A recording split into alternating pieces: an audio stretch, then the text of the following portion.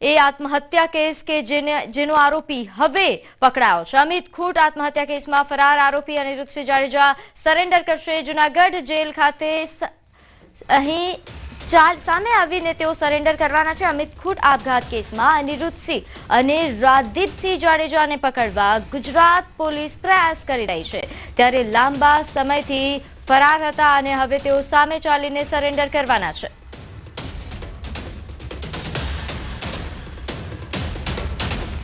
તો ફરાર આરોપી અનિરુદ્ધસિંહ જાડેજા સરેન્ડર કરશે તેવા મહત્વના સમાચાર નોંધે છે કે મહત્વપૂર્ણ બે કેસ કે જે મામલે તેઓ સરેન્ડર કરવાના છે। સૌપ્રથમ અમિત ખૂટ આપઘાત કેસ કે જેમાં તેમનું નામ ઉછળ્યું હતું અને તે બાદ તેઓ ફરાર હતા, ત્યારે આ કેસમાં તેઓ સરેન્ડર કરવાના છે।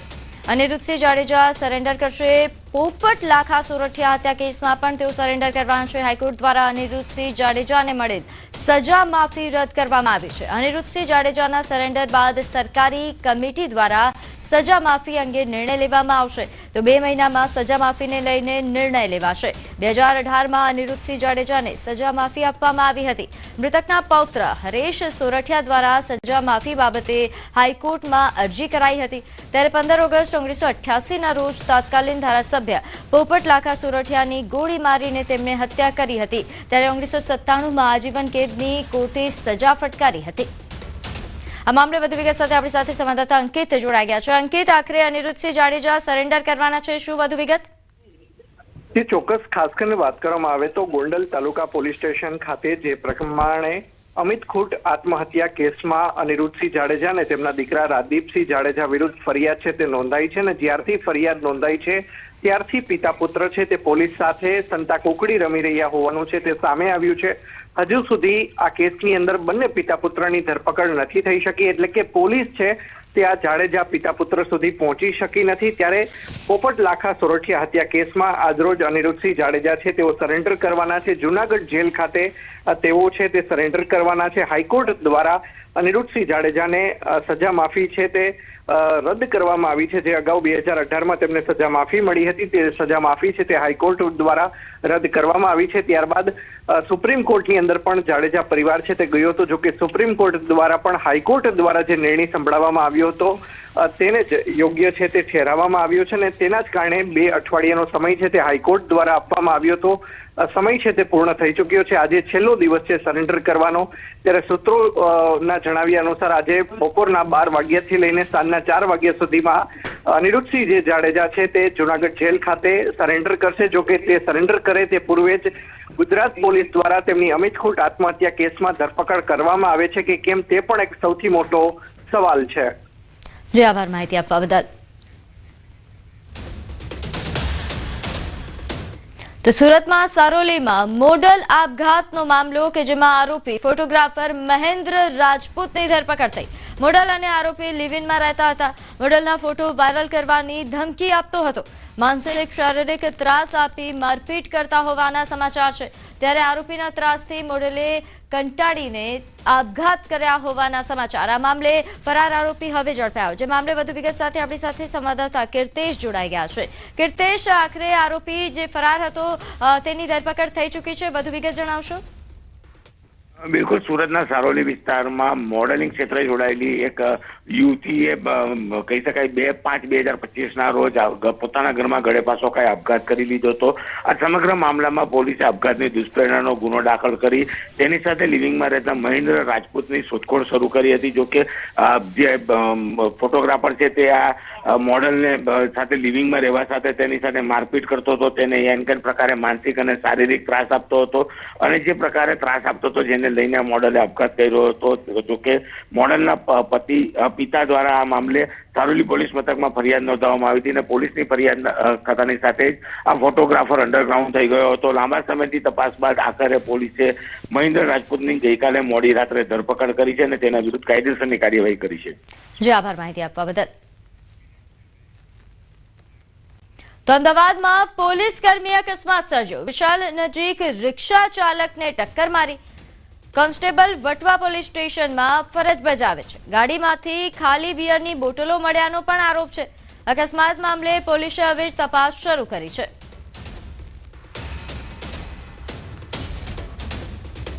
તો પોલીસ લખેલી કારમાં દારૂની હેરાફેરી. અમદાવાદમાં નંબર પ્લેટ પર પોલીસ લખેલી કારમાંથી દારૂનો જથ્થો મળી આવ્યો. નોબેલનગરની ઘનશ્યામ સોસાયટીના કોમન પ્લોટમાંથી આ ગાડી મળી આવી હતી. સ્થાનિકોએ પોલીસને જાણ કરતા તે ઘટના સ્થળે પહોંચી ત્યારે પોલીસે કારના કાચ તોડીને તપાસ કરતા દારૂનો જથ્થો મળી આવ્યો. સરદારનગર પોલીસ સમગ્ર મામલે વધુ તપાસ હાથ ધરી છે.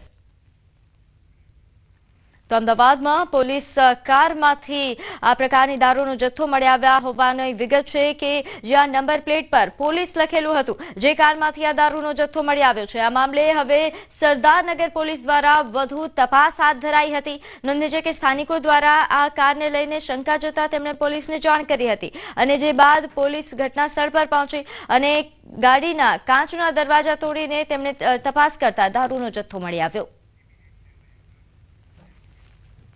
તો બોટાદમાં વધુ એક બોગસ ડોક્ટરનો પર્દાફાશ થયો. ચોકડી ગામે મકાનમાં દવાખાનું ચલાવતો હતો આરોપી હરેશ દેત્રોજાની ધરપકડ કરાઈ. મેડિકલ ડિગ્રી વગર લોકોની સારવાર કરતા હોવાની વિગત છે. સિરપ સહિતની દવાઓનો જથ્થો પણ જપ્ત કરવામાં આવ્યો છે. તો બોટાદમાં મેડિકલ ડિગ્રી વગર લોકોની સારવાર કરતો બોગસ તબીબ ઝડપી પાડવામાં આવ્યો છે.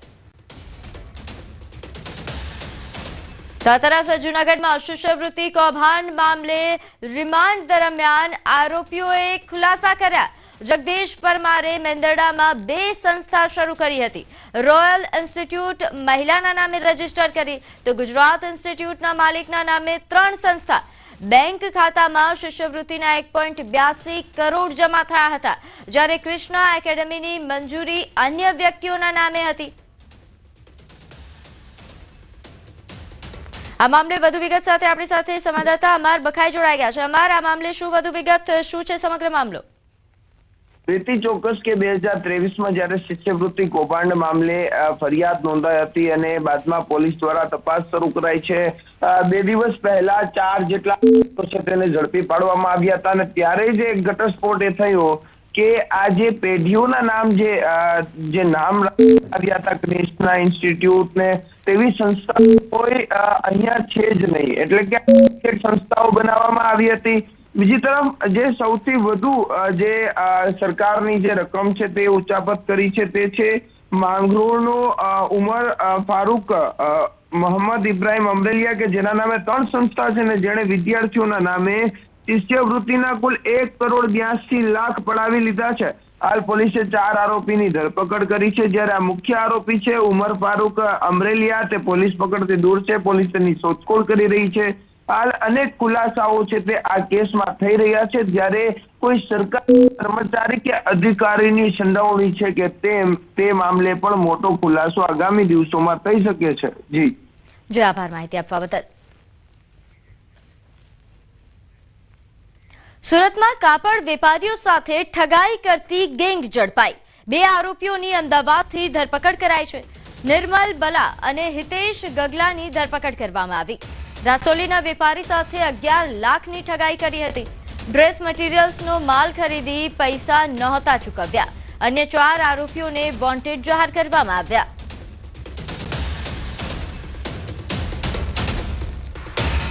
તો મહારાષ્ટ્રના પાલઘર નજીક રેલવે સ્ટેશન પર ટ્રેનના એન્જિનમાં અચાનક આગ ભભૂકી ઉઠી હતી. પાલઘર નજીક કેડવે રેલવે સ્ટેશન નજીક મુંબઈથી આવી રહેલી વલસાડ એક્સપ્રેસ ટ્રેન પહોંચી હતી અને આ દરમિયાન જ ટ્રેનના આગળના ભાગમાં આગ લાગી. આગ લાગતા જ ટ્રેનમાં સવાર યાત્રીઓના જીવ અદ્ધર થઈ ગયા હતા. એન્જિનને ટ્રેનથી અલગ કરી દેવામાં આવ્યું અને આગ પર કાબુ મેળવવામાં આવ્યો હતો. સદનસીબે ઘટનામાં કોઈ ઈજા કે જાનહાનિ થઈ નહોતી. એન્જિનને અલગ કરી દેતા મોટી દુર્ઘટના ટળી.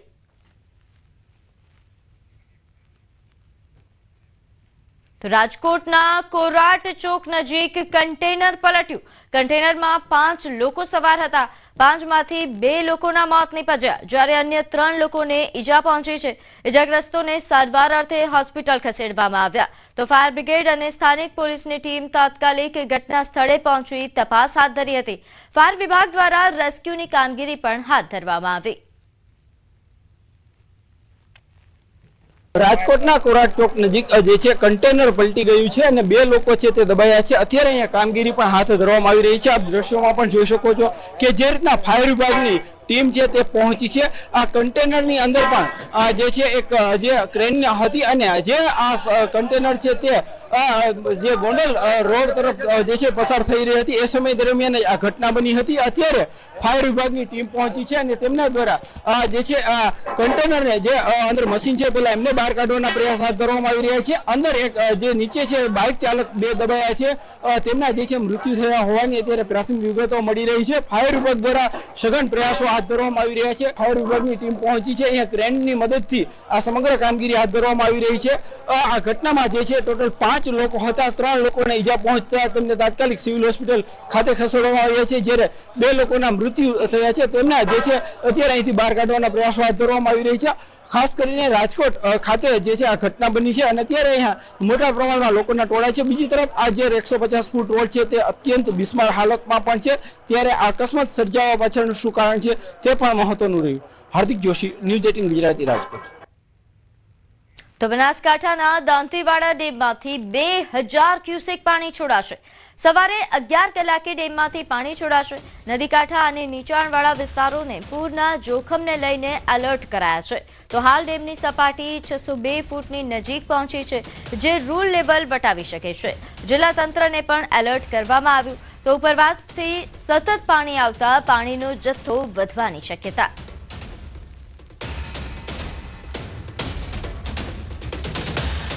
બનાસકાંઠા જિલ્લાના થરાદ તાલુકાના ખેડૂતોને રાતા પાણીએ રોવાનો વારો આવ્યો છે.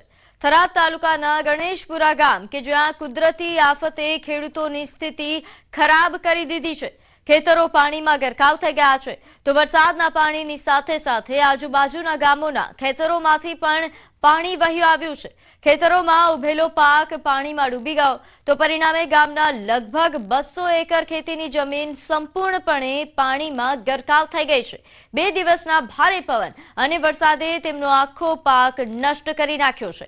આટલા પાણી ભરાતા ખેડૂતોની શિયાળુ સિઝન પણ નિષ્ફળ જશે, જેથી ખેડૂતો સરકાર પાસે જમીન ધોવાણ તેમજ પાક નિષ્ફળ માટેની સહાયની આશા રાખીને બેઠા છે. મારે મેં હેડા અને વાવી હતી મગફળી, મોણા પર પૈસા લાવીને વાવી હતી. અત્યારે મારું પાક જે ખૂબ ખરાબ થઈ ગયું છે. કોઈ હાલત નહીં. ભરૂદર શેપડાનું પાણી આવ્યું છે, કોઈ રાખ્યું નહીં. ખૂબ ખરાબ થઈ ગયું, કોઈ હાલત નથી મારી. કોઈ ખાસ સારો કોઈ રાખ્યો જ નથી, માલ પશુ નથી. અને ખરાબ હાલત આવી ગઈ છે. પાણી મેં વર્ષોથી ખેતી કરવા કદી આવ્યું નથી. 3 સાલે કોઈ પાણી આવ્યું છે, કોઈ સાહેબ કોઈ રાખ્યું જ નથી. હવે ઘણો માલે અત્યારે ભૂખ્યો ઊભો છે અને પાણીમાંથી વરાતું નથી. ખારું દૂધ પાણી છે. આની મારી વ્યવસ્થા હવે સરકાર શરી જે કરે શરી પરિસ્થિતિ એટલે અત્યારે મારે કોઈ હાલત છે જ નહીં. ખાવા પીવાનું મકને કોઈ નથી. ઢોરોના ખોટા બોલાઈ ગયા છે. અમે મનખાના ક્ષેત્રમાંથી પાણી લાવીને પીવાવાળા, મનખાના ક્ષેત્રમાંથી ઘાસ લાવીને નાખવાવાળા, કશું નથી. અમારું 2250 રૂપિયા પપાઈયા તો એ કોઈ વજ્યું નથી, બધું બળી ગયું છે.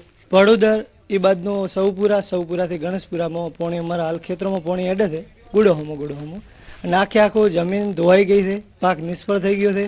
મકાનોને બધી કોઈ ડેમેજ થઈ ગયા છે આજની તારીખમાં, બધા મકાન.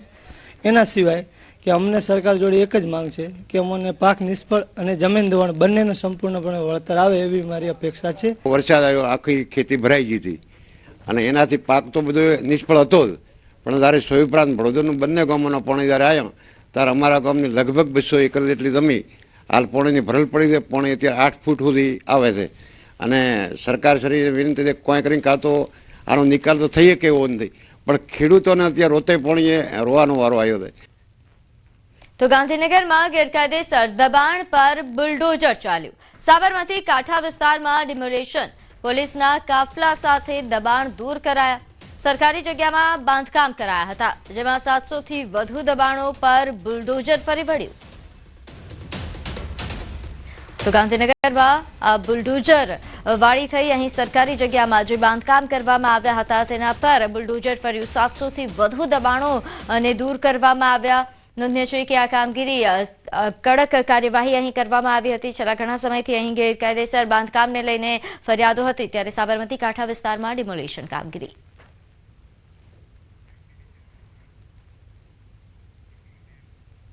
રાહુલ ગાંધી આજે ફરી જૂનાગઢ. સપ્તાહમાં બીજી વખત તેઓ જૂનાગઢની મુલાકાતે.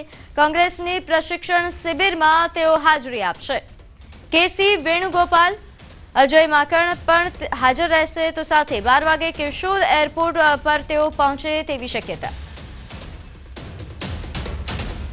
કોંગ્રેસની પ્રશિક્ષણ શિબિર કે જેનું આયોજન કરવામાં આવ્યું છે, જેમાં રાહુલ ગાંધી ઉપસ્થિત રહેશે. સાથે કેસી વેણુગોપાલ સહિતના દિગ્ગજો આ શિબિરમાં હાજર રહેવાના છે. 12 વાગે કેશોદ એરપોર્ટ પર રાહુલ ગાંધી પહોંચશે.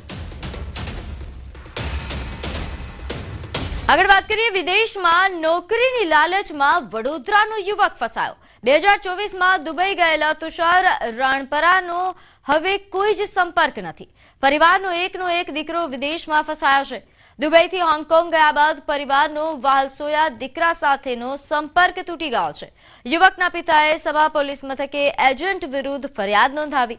વડોદરાના એજન્ટ વેદ કુશાંગ અને દુબઈના એજન્ટ અભિષેક સિંહ સામે અરજી અપાઈ છે. છેલ્લા 6 મહિનાથી તુષાર રાણપરા પરિવારના સંપર્કમાં નથી. તેના માતા પિતાએ સરકાર પાસે સહાયની માંગ કરી છે.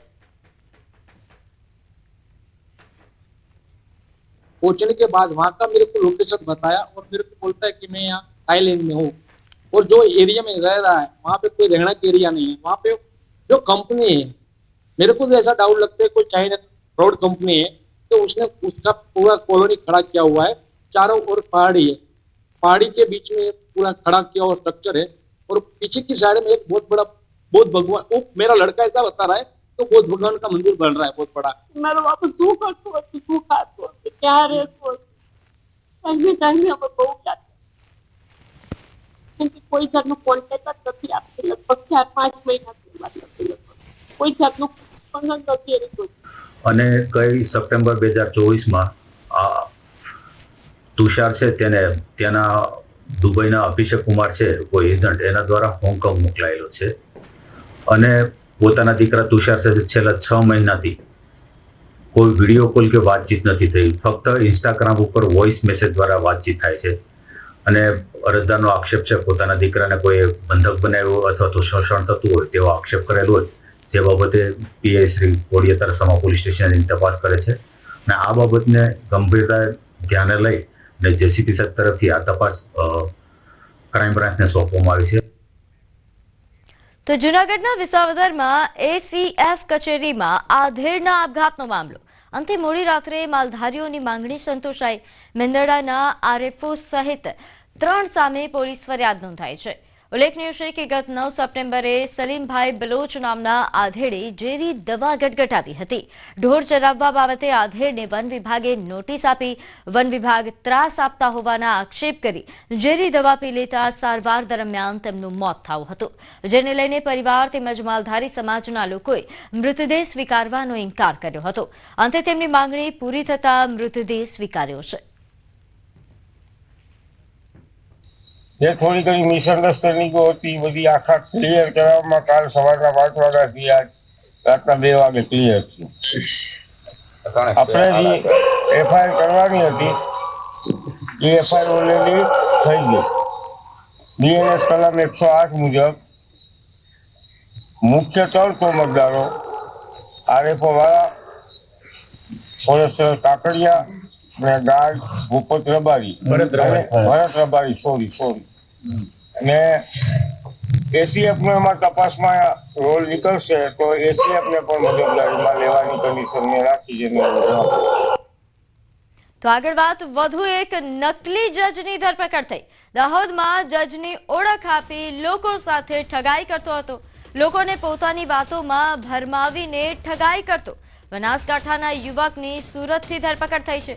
વકીલ સહિતના અલગ અલગ હોદ્દાની ઓળખ આપતો હતો. પેટ્રોલ પંપ પર રોફ જમાવીને ફરાર થયો હતો અને તે બાદ તેની ધરપકડ થઈ. જે મામલે વધુ વિગત સાથે આપણી સાથે સંવાદદાતા સૌરભ જોડાઈ ગયા છે. સૌરભ, આ મામલે શું વધુ વિગત?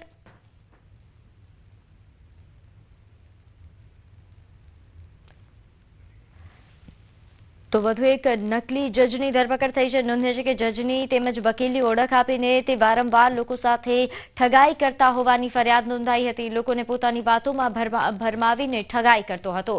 આ ઉપરાંત તેના વિરુદ્ધ પેટ્રોલ પંપ પર રોફ જમાવવાનો પણ મામલો સામે આવ્યો હતો, જેમાં બાદ કાર્યવાહી કરાતા આખરે તેની ધરપકડ કરી લેવામાં આવી છે. ત્યારે ફરી એકવાર સંવાદદાતા સૌરભ આપણી સાથે જોડાઈ ગયા છે. સૌરભ, આ મામલે શું વધુ વિગત?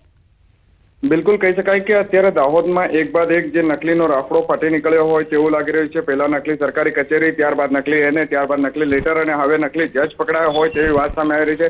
દાહોદમાં જે જજની ઓળખ આપી અને લોકોને છેતરતો હતો આ ઈસમ, જેમાં કહી શકાય કે દાહોદ નજીક એક પેટ્રોલ પંપ છે, ત્યાં પેટ્રોલ પંપ ઉપર જજ હોવાનો રોપ જાડી અને ત્યાંથી પછી ફરાર થયો હતો. બનાવ સંદર્ભે પેટ્રોલ પંપના કર્મચારી દ્વારા પોલીસને જાણ કરવામાં આવી હતી અને પોલીસ દ્વારા ફરિયાદ નોંધવામાં આવી હતી અને ત્યારબાદ પોલીસે જે વધુ તપાસ હાથ ધરી હતી, જેમાં પોતાની ખોટી ઓળખ આપી અને લોકોને પોતાની વાતોમાં ભરમાવતો હતો. જે બનાસકાંઠાનો મૂળ રહેવાસી છે અને તેને દાહોદ પોલીસ દ્વારા સુરત નજીકથી ઝડપી પાડવામાં આવ્યો હતો. જજ સહિત અલગ અલગ વિસ્તારમાં તે વકીલ સહિત અલગ અલગ હોદ્દાઓની ઓળખ આપી અને જે કહી શકાય કે લોકોને પોતાની વાતમાં ભરમાવતો હતો. હાલ પોલીસ દ્વારા તેને કોર્ટ સમક્ષ રજૂ કરતા પોલીસે કોર્ટ દ્વારા 10 દિવસના રિમાન્ડ મંજૂર કરવામાં આવ્યા છે. જી આભાર માહિતી આપવા બદલ. મહેસાણામાં બહુચરાજી હાઈવે પર ચક્કાજામ. સામેત્રા ગામ નજીક ચક્કાજામ કરવામાં આવ્યું. 4 થી 5 ગામના ગ્રામજનોએ ચક્કાજામ કર્યો. પેપર મિલના પ્રદૂષણ સામે ભારે રોષ વ્યક્ત કર્યો છે. વારંવાર રજૂઆત છતાં નિરાકરણ ન આવતા વિરોધ કરવામાં આવ્યો. કાચા કઠિયાવાડ જતા વાહનો પણ અટવાયા હતા ચક્કાજામના કારણે. જે મામલે વધુ વિગત સાથે આપણી સાથે સંવાદદાતા કેતન જોડાઈ ગયા છે. કેતન, આજે વિરોધ કરવામાં આવી રહ્યો છે ગ્રામજનો દ્વારા, તેની પાછળનું શું કારણ? ચોક્કસથી જણાવી દઉં કે મહેસાણા બહુચરાજી હાઈવે પર સામેત્રા ગામ નજીક 5 ગામના જે જુદા જુદા ગામજનો છે તેમના દ્વારા આ ચક્કાજામ કરવામાં આવી રહ્યું છે. હજુ પણ આ જે ચક્કાજામ છે ચાલુ છે. પોલીસ ઘટના સ્થળે પહોંચી છે, તેમને સમજાવવાનો પ્રયત્ન કરવામાં આવી રહ્યો છે, પરંતુ ગ્રામજનોની એક જ માંગ છે કે આ જે પ્રદૂષણ ફેલાવી રહી છે પેપર મિલ તેને બંધ કરવામાં આવે અને તો જ તેઓ આ ચક્કાજામ ખોલશે. બીજી બાજુ પોલીસ સતત સમજાવવાની પ્રયત્ન કરી રહી છે. ગ્રામજનોનું કહેવું છે કે અત્યાર સુધી અનેક રજૂઆતો કરવામાં આવી છે, પરંતુ આ રજૂઆતો કોઈ સાંભળતું નથી અને કોઈ એક્શન લેતું નથી, જેના કારણે ના છૂટકે તેમને આ ચક્કાજામ કરવું પડી રહ્યું છે. જી, આ ઉપરાંત કેતન, જે રીતે આપે જણાવ્યું કે હજુ પણ ચક્કાજામ છે, તેના કારણે ટ્રાફિક પર કેવી અસર? ચોક્કસથી આજે કલાક જેટલો સમય થયો કે ચક્કાજામ કરે, જેના કારણે ચોક્કસથી જે ટ્રાફિક હોય છે ફૂલ જોવા મળી રહ્યો છે. કિલોમીટરો સુધી જે ટ્રાફિક જામ સર્જાયું છે. અનેક જે વાહન ચાલકો છે અટવાયા છે, કેમ કે તેમને ખબર ન હતી કે આ સમયે ચક્કાજામ થઈ શકે છે. ત્યારે તેઓ ચોક્કસથી આ બહુચરાજી જતા મહેસાણાથી બહુચરાજી અને બહુચરાજીથી મહેસાણા આવતા અનેક જે વાહનો હોય છે હાલમાં અટવાયા છે અને હેરાન પરેશાન થઈ રહ્યા છે. જી આભાર માહિતી આપવા બદલ. આ તરફ રાજકોટમાં ટેકાના ભાવ માટે રજીસ્ટ્રેશન રદ થયા. રામનગર ગામના ખેડૂતોના રજીસ્ટ્રેશન રદ થયા. સેટેલાઇટ ઇમેજમાં મગફળીનો પાક ન દેખાવ. રજીસ્ટ્રેશન રદના ખેડૂતોને મોબાઈલમાં મેસેજ આવ્યો છે. ત્યારે મગફળી હોવા છતાં રજીસ્ટ્રેશન રદ થયા હોવાનો દાવો થઈ રહ્યો છે, જે મામલે હાલ વિવાદ સર્જાયો. તો આ તરફ અરવલ્લીમાં દારૂ ભરેલું એક્ટિવા મળી આવ્યું. અજાણ્યા શખ્સ એક્ટિવા સાથે દારૂ છોડીને ફરાર થયા. પોલીસે દારૂ અને એક્ટિવા જપ્ત કર્યા છે. આરોપી સગીર વયનો હોવાનો પણ દાવો કરાઈ રહ્યો છે. તો અરવલ્લીથી આ મામલો સામે આવ્યો છે કે જ્યાં એક્ટિવામાં દારૂનો જથ્થો મળી આવ્યો. દારૂ ભરેલું આ એક્ટિવા મળી આવતા ચકચાર મચી હતી. એવી શક્યતાઓ વ્યક્ત થઈ રહી છે કે એક્ટિવા એ કોઈ સગીર વયનો આરોપી હતો કે જે એક્ટિવા મૂકીને ફરાર થયો છે. હાલ તો એક્ટિવા સાથે દારૂ પોલીસે જપ્ત કર્યું છે અને આગળની તપાસ શરૂ કરવામાં આવી છે.